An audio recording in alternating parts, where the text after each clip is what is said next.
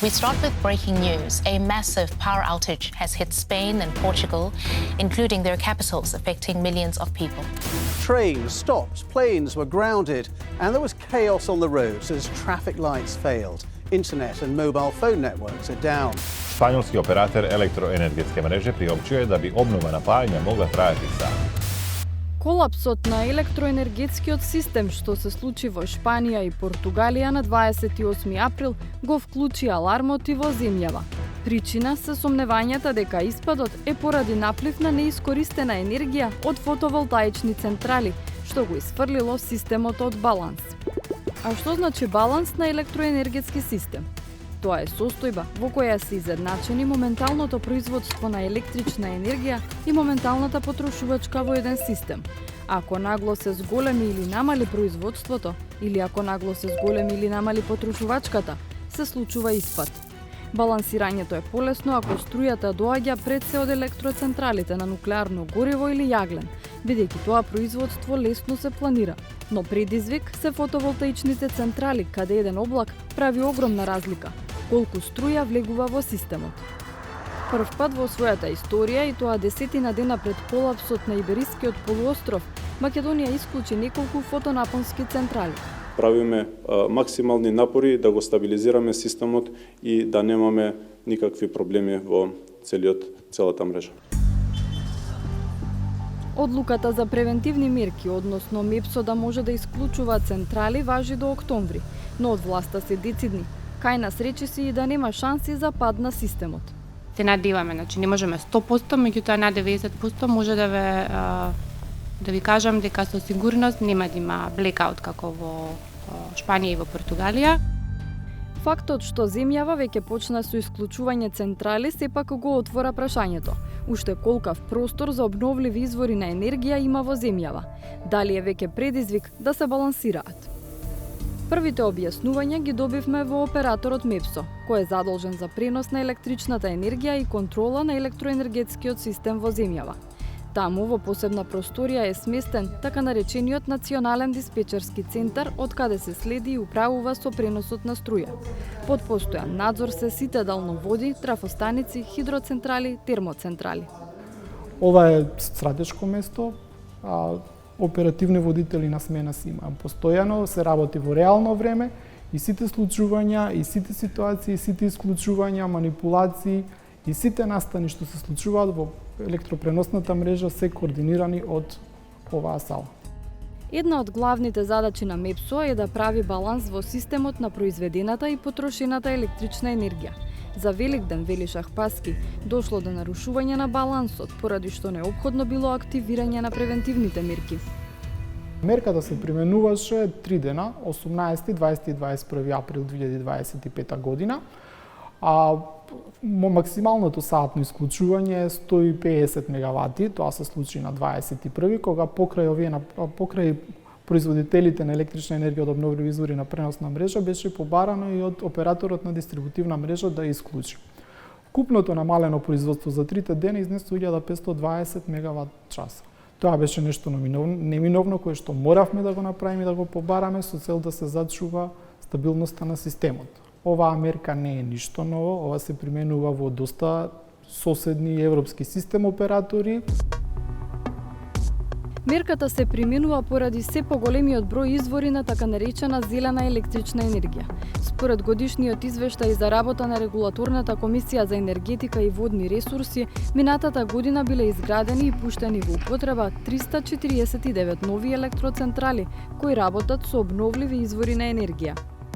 Ако се земе во предвид инсталираната моќност на сите електрани во земјава, на обновливите извори на енергија отпаѓаат 55,72%, пошто следат термоелектраните со 34,65% и остатокот од 9,63% е на ТЕТО. Сами фотоволтаичните централи учествуваат со 28,4% во вкупната инсталирана моќност, што е повеќе од инсталираната моќност на хидроелектраните од 19,67% и помалку само од инсталираната моќност на термоелектраните, која сочинува 34,65%. Кога е во прашање производството, 41,03% отпаѓа на обновливите извори, 38,43% на термоелектраните, а останатите 20,54% се на гасната централа Тето. Па во регулатор напрашавме, дали инвестицискиот бум во обновливи извори на енергија полека ја достигнува границата на издржливост на електроенергетскиот систем. Според председателот на регулаторната комисија Марко Бислимовски, одговорот е не, имајќи ја предвид инсталираната моќност на досега изградените фотоволтаици од околу 850 мегавати. Во Македонија може во делот на фотоволтаици да бидат некаде околу 1500 мегавати. Со оваа состојба на мрежата како што е денес, значи без батерии, без изградени нови гасни електрани, без чебра, значи толку може да издржи македонскиот електропреносен систем во однос пред се на балансирањето, како капацитет може и повеќе.